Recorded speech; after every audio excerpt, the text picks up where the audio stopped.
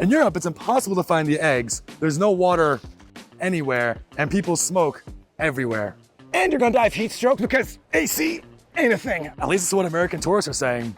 Every year, millions of Americans come to Europe, and every year they post the same complaints online. And as two Americans who live in Europe for over a decade, we're gonna do some investigation and find out, is any of this actually true?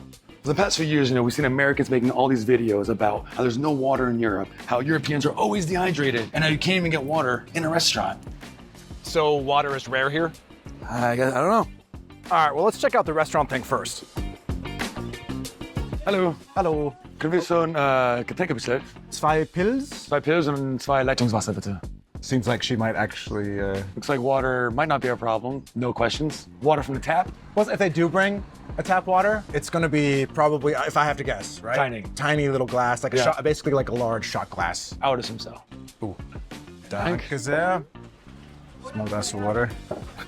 Was I spot on? Or was I? You were dead on. Okay, so that clearly did work, but this complaint is based in reality. Right, it is valid. Over the years, I have been shot down every time I've asked for tap water. And I'm actually having a pretty good luck, here. So I think it's just kind of give or take. Now, in other countries like Hungary or France, they're required to give you water if you ask for it. And most other countries— But only if you ask for it. Only if you ask for Right. it. And most other countries, you just kind of get, a half a liter of bubbly water that costs you €4 to €5. And the reason Americans complain is because in the USA, when you arrive at your table without even asking for it, Boom. there will be a glass of not only water, but of cubed, ice, cold water. But, and this is a very big but, Water is everywhere. them saying that water is rare or hard to find is absolutely ridiculous because Where am I gonna find water here?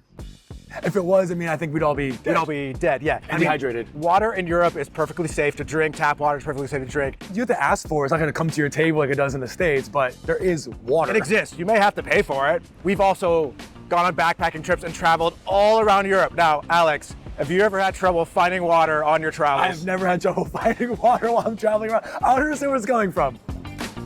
Thing is, there are water fountains all over the EU, like in Belgium and Italy and right here in Germany. And in most states, you have to have a water bottle anyway, so it's fine.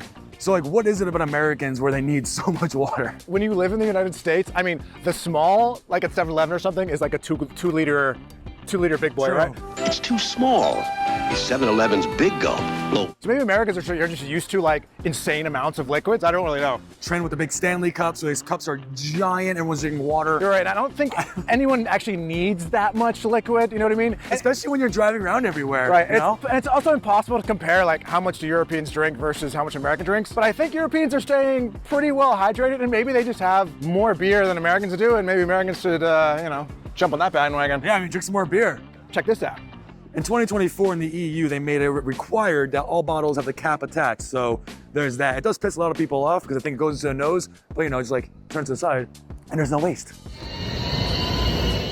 But you're probably smart, so you know that Europe is not just one country, but a lot of these complaints are directed to Europe as a whole, so we're just gonna use Berlin as the Europe stand-in, But Jeff, Berlin is not Europe. Yeah, but it's in Europe, so it's like close enough. It's time to talk about eggs. Americans claim that's kind of gross that in Europe eggs aren't refrigerated and they're hard to find. So we're gonna go inside, we're gonna try to find the eggs and tell you why. Is it hard to find the eggs? You might think when you first move to Europe, you're trying to find the eggs, you look in the refrigerated section, but you're not gonna find them there. Well, since we're here. Actually, in the store, I actually have no idea where they are. It's fresh. The thing is, eggs can kind of be found anywhere. Your guess is as good as mine.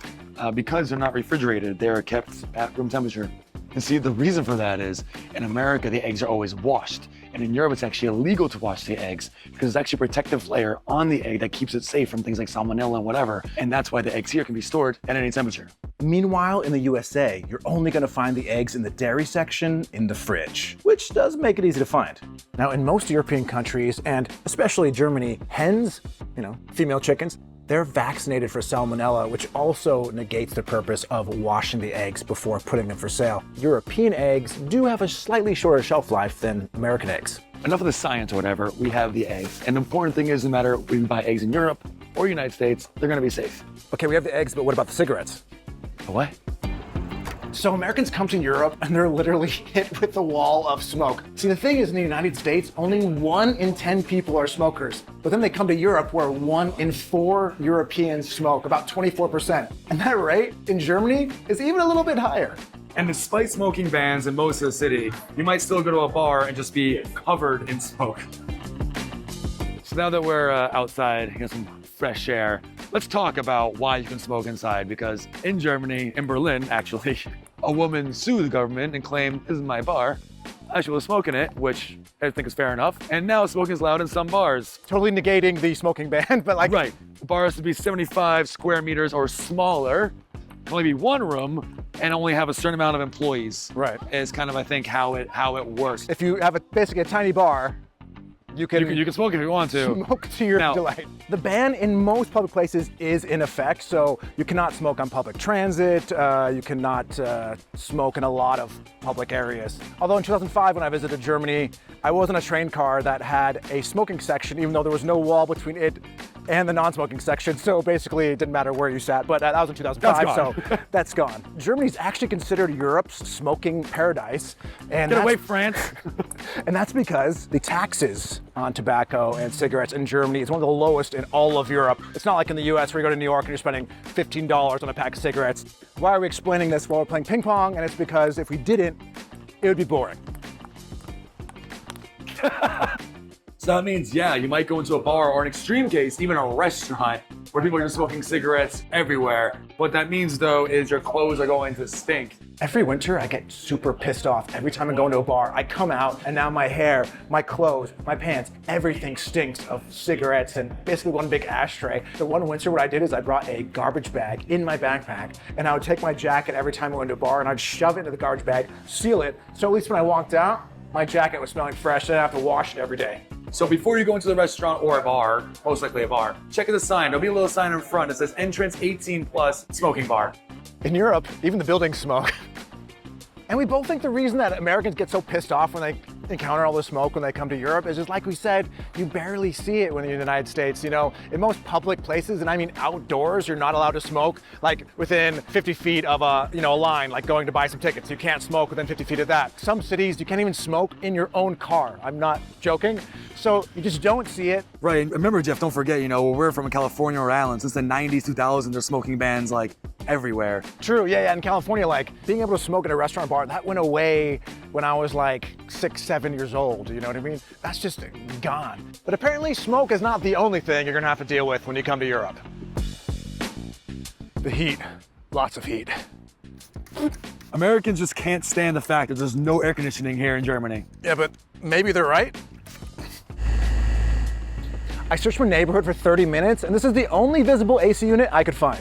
So why is there no AC in Europe? What's the deal here? Well, historically, the temperatures here in Europe haven't been hot enough to really need AC. Some people find it costs too much, it's a little wasteful, not great for the environment. And also, weirdly enough, some Europeans think that it makes you sick, even though most it gives you like a dry mouth. So, I don't know. Roughly 20% of all homes in all of Europe have air conditioning, and only 3% in all of Germany.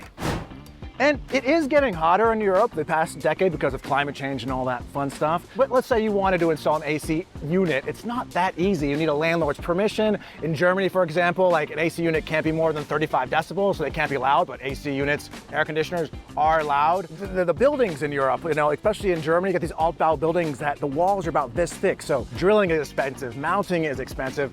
All right, this is what me and my wife do.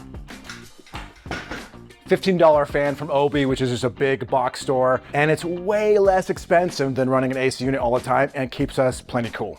When my parents come to visit, my mom doesn't want to come in the summer just because she knows it's going to be hot everywhere. It's like, I'm not walking around the city in the heat, in a train. With no AC. No AC, it's like, it's not happening. So she usually comes, in the autumn or, winter time. Yeah, and once a few years ago, my dad, he was coming to stay with me for like a week or two. So concerned, he actually offered to buy me one of these portable air conditioning units just so he would feel comfortable for that like a week or two. I don't blame him, but I was like, Dad, I'm not going to waste $300. Instead, I bought like 2 or 3 of these like $15 $15 fans, and we were fine. But that Fans work, man. But that shows how much Americans think about the lack Right. of air conditioning when they come. So why are Americans all up in arms about this? Well, when you think about it, 90% of the United States has air conditioning, and it's kind of everywhere. You know, the grocery store, at the movie theater, it's just cold everywhere. Things are slowly changing here in Europe that we've noticed. You know, for example, all like the new trains, the trams, all have air conditioning on them now, which is wonderful. Supposedly in the new it's not the best AC, but like It's something. the fact that it's now becoming standard is showing that yes, I've been in Berlin 14 years. The summers have been getting hotter with more extreme hot days, not maybe more hot days, but the days that are hot. And we're talking 40, sometimes 42 degrees here up here in Northern Europe, which is not normal. No, not at all. And at the big box kind of electronic stores, we're seeing huge sections for these portable AC units, which you never saw those kind of really on sale the first few years we've lived in Berlin. I think the heat's turning up a little bit. Yeah. If you want to cool off in a hot summer, why don't you check out one of these videos about German stereotypes that aren't really true, and also why Berlin has a pee problem. Thank you for watching. It really helps. And also hitting like and subscribe wouldn't hurt as well. And don't forget, everyone, please stay safe, stay healthy, and of course, Stay thirsty.